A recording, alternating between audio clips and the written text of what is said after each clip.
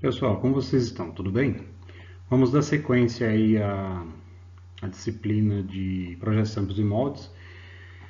Dentro da aula de hoje, o que eu fiz? Eu dividi ela em duas partes. Num primeiro momento, a gente vai estar dando continuidade aos cálculos que fazem parte do dimensionamento do molde. Então, ou seja, a gente vai dar continuidade aos pontos importantes do dimensionamento. Focando mais hoje na parte da cavidade. Para quê? Para que você possa escolher o material correto para produzir essa cavidade. Então, ou seja, não adianta somente eu trabalhar sem ter alguma coisa ali sem o material suportar os esforços que o molde vai estar sofrendo. E num segundo instante, eu vou corrigir os exercícios da aula anterior, aqueles exercícios de tempo de ciclo. Tá? Para que vocês tenham todas as respostas para poder conferir se vocês estão no caminho certo ou não. Então, dando continuidade, o que é importante aqui? A gente falar um pouco sobre a força de injeção. O que é a força de injeção?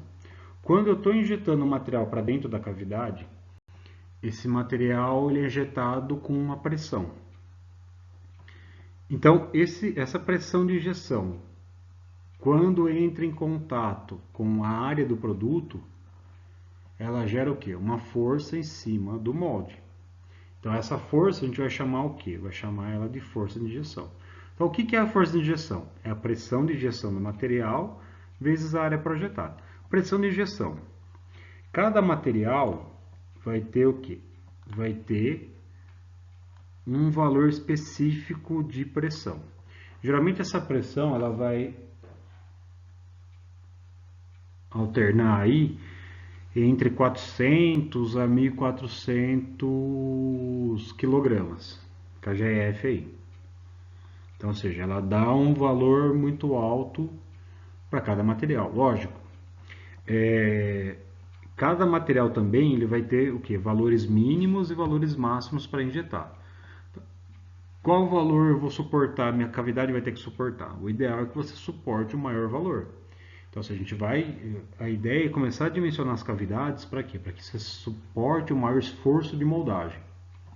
Não necessariamente que você vai trabalhar num ponto de partida já com esse esforço.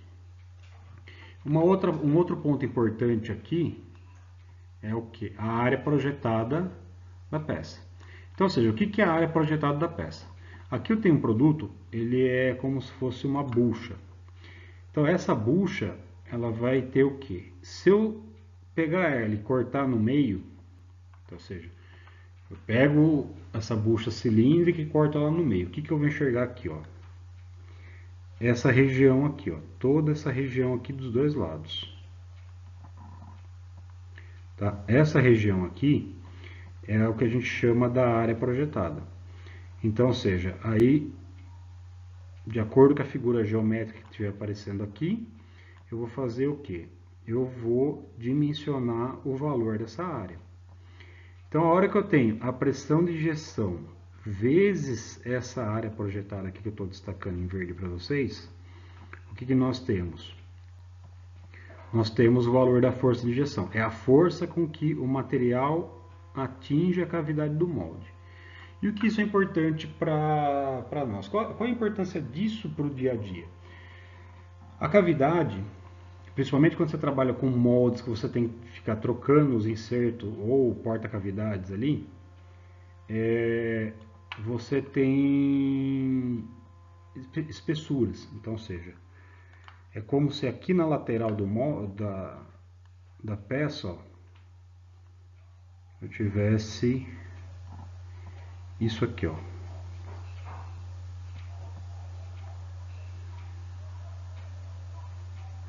Então, ou seja, é uma região. Isso aqui é a minha porta-cavidade. E dentro vai ser colocado o quê? Vai ser colocado o inserto que vai estar a peça. Então, essas paredes aqui, ela tem valores valores mínimos para quê? Para suportar o esforço de moldagem. Um pouquinho mais para frente eu vou ter uma outra figura que vai exemplificar melhor isso daqui para vocês. Então, seja,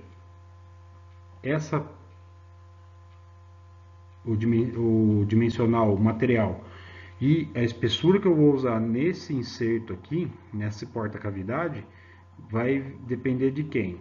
Do valor da minha força de injeção. Então, por isso que é importante eu definir esse valor aqui. Em contrapartida, o que eu tenho? Desculpa aí.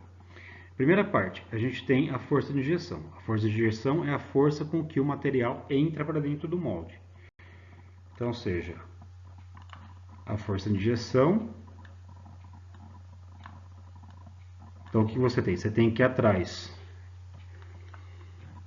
o canhão, as zonas de plastificação derretendo o material plástico. Esse material é injetado para frente dentro do molde. O que acontece? Se eu não tiver uma força contrária, então seja uma força aqui atrás, o que vai acontecer? O molde vai abrir e vai começar o quê? Vazar material por dentro dele. O material vai deformar, vai danificar o produto pronto aí. Então o que eu tenho? Essa força contrária a gente chama do quê? Força de fechamento. Então aqui desse lado eu tenho a força de injeção e contrária a ela é a força de fechamento. A força de fechamento, como que eu chego nesse valor? Como que eu chego para determinar a força de fechamento? São dois cálculos básicos. O primeiro cálculo você faz comparando o quê? Que a sua força de fechamento tem que ser maior que a força exercida em cima da cavidade. Tá? Então, o que eu faço? Como que eu chego nesse valor aqui? Primeira coisa importante. Eu preciso saber a pressão que está sendo exercida em cima da cavidade. Como que eu determino esse valor? Pressão na cavidade é 2/3 vezes a pressão de injeção. Isso aqui é padrão, não muda. Quem muda? Pressão de injeção. Cada material vai ter o seu. A força na cavidade vai ser o quê? A pressão de injeção, que eu tiro por esse cálculo aqui, vezes a área projetada. A área projetada é aquilo que a gente falou anteriormente. A área como se eu pegasse o produto, cortasse ele ao meio e calculasse a área daquela região. Então, isso é minha área projetada. Esse valor, ele vai ter que dar o quê? Vai dar a minha força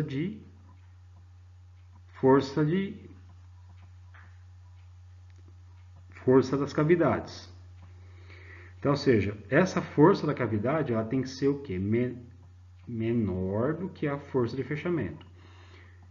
Lembra que eu falei aqui em cima, ó, que o molde só vai, se a força de fechamento for menor do que a força de injeção ou força da cavidade, o molde vai abrir. Se essa força de fechamento ela for muito maior do que a força de injeção, o que vai acontecer? Ela vai danificar o molde. Então você tem que chegar ao quê? Num cálculo onde você consiga ter uma margem de segurança para que você não danifique o molde. Se eu disser que a força de injeção é igual à força de fechamento, vai resolver? Então, ou seja, adotar que uma é igual à outra? Não. Por quê? Se uma for igual a outra, pode acontecer do molde ficar semi-aberto. Então, aí o que acontece? Pode dar vazamento de material, pode dar rebarba, pode dar N defeitos na hora de injetar. Então, o ideal é que você calcule o quê? A força de fechamento maior do que a força exercida em cima das cavidades. Como eu falei para vocês, ó, lembra que eu mencionei que para cada cavidade você tem que ter um cálculo específico para quê? Para que a parede da cavidade resista ao material que você está injetando. Então, como que eu determino isso? Eu tenho dois tipos de cavidade. Então, por exemplo, uma cavidade cilíndrica. Então, ou seja, peças circulares. O que eu tenho? O D aqui, ó, o valor interno da cavidade. Vai ser o quê? O diâmetro do produto. Você pode trabalhar com o diâmetro do produto aqui. Lembrando, as medidas todas em centímetros. PC é a pressão da cavidade. É o valor que a gente calcula baseado o quê? Como que era isso daqui? Como que eu calculo a pressão da cavidade? 2/3 vezes a pressão de injeção do material. Aí quem é importante também para mim? Tensão de tração de cada material e a tensão de flexão. Tanto tração quanto flexão são esforços a que os materiais estão submetidos. Então, ou seja, de acordo com a flexão seria o quê? Se você ficasse movimentando para cima e para baixo o material até ele quebrar. E a tração é quando você estica o material. Então, ou seja, para a escolha do material correto para usar nas cavidades é o quê? Você analisar essas informações. Um outro ponto importante. O E. O que é o E? É a espessura da parede da cavidade. Então, o D é o diâmetro do meu produto, o E é a espessura da cavidade. Então, como que eu calculo a espessura da cavidade? Eu vou chutar, eu vou calcular um valor qualquer. Não, não é assim que se faz. Você tem como dimensionar isso. A espessura vai ser o quê? 0,625 vezes o diâmetro do meu produto, vezes a pressão da cavidade que a gente calculou anteriormente, dividido pela tensão de tração. Tá? Então, eu defino essa espessura de parede aqui, ó. Lembrando, como é uma espessura, é uma cavidade cilíndrica, o que eu tiver, o valor que eu tiver desse lado eu vou ter do outro, porque é uma cavidade simétrica. Outro ponto importante, o H. O que é o H? É a altura da base da cavidade, então, ou seja, da base da cavidade até o fundo do meu produto. Toda essa região aqui, ó. Como que eu defino isso? O H vai ser o quê? O diâmetro do produto sobre 2 vezes a raiz de quem? A raiz de 1,2 vezes PC sobre a tensão de tração. Então, ou seja, cada um desses elementos são importantes na hora de você dimensionar a cavidade. Lembrando, quem é importante nesse cálculo? A pressão de injeção. Aí vocês vão me perguntar, professor, mas aqui eu não tenho PC, que é pressão sobre a cavidade? Sim, você tem pressão sobre a cavidade, mas ela é um resultado de quem? Da pressão de injeção. Para dimensionar a cavidade retangular. A cavidade retangular, agora a gente tem o quê? Mais alguns elementos. Quem são esses elementos? Eu tenho o Z, que é uma proporção entre o comprimento menor, tá? Comprimento menor da cavidade, a largura menor da cavidade, sobre o comprimento. E eu tenho o quê? O HL. O HL é a altura desse degrau aqui, ó. Isso aqui é o meu HL. Tá? Então, isso aqui é importante. Uma outra coisa aqui, ó. A gente tem o E e o EL. Se vocês olharem, ó, eu tenho o E e o EL é para determinar o que? As espessuras da parede da cavidade. Então, ou seja, o E equivale a essa região aqui e o EL, então isso aqui é o e o EL é qual? O EL é essa região aqui, ó, essa região de cima. Então, o que você tem? Você tem duas fórmulas diferentes. O que muda? O EL eu dependo de quem? Do L, que é essa dimensão aqui, ó. E o E, ele vai depender de qual? Do L minúsculo que está aqui em cima. Então, ou seja, cada um deles depende de um ponto da cavidade.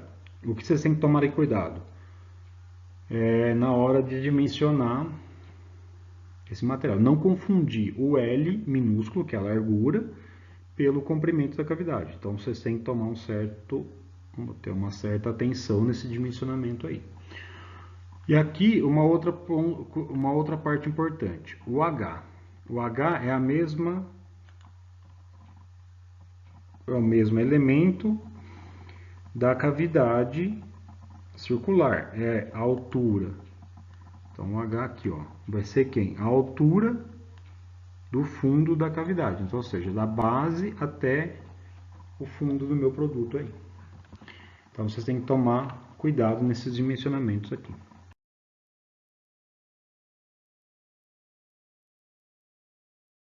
Pessoal, como eu mencionei aqui para vocês, ó, cada material, que nem eu disse, ele tem o quê? Uma temperatura de injeção. Então, ou seja, eu tenho a temperatura dentro do bico de injeção ali e tenho a pressão de injeção em quilos por centímetro quadrado. Lembra que eu falei que eles vão ter o quê? Valor mínimo e valor máximo. Esse valor de temperatura do molde é para a hora de você resfriar o material. Então, ou seja, a hora que eu estou injetando, o material tem que ser resfriado para ele poder ser moldado. Então, ou seja, o ideal é que você dimensione sempre o quê? Para que a cavidade suporte o maior valor. Então, ou seja, a gente vai sempre se basear, quando trabalhar com a pressão de injeção, sempre nesses valores aqui do valor máximo. Porque se eu dimensionar ela para o valor máximo, eu sei que o valor mínimo ela vai suportar. Aqui é a continuação, tá? Para todos os materiais que a gente tem aí. Se vocês olharem, a maioria deles trabalha dentro de 1.400 kg por centímetro quadrado. Uma outra coisa que interfere depois aqui, ó, temperatura de resfriamento do molde. Nas próximas aulas, o que a gente vai fazer? A gente vai, como a gente está trabalhando um projetinho, então, dentro daquele projeto, o que a gente vai fazer? Vai calcular os primeiros passos, que é os elementos que a gente já viu nas outras aulas, e posteriormente a gente vai o quê? Vai começar a dimensionar essa cavidade. Então eu vou deixar para vocês o passo a passo, a gente vai terminar aquele projeto, tá? Como passo a passo a gente vai terminar o projeto aí e depois a gente vai dar sequência às aulas aí. Pessoal, obrigado e até a próxima aula.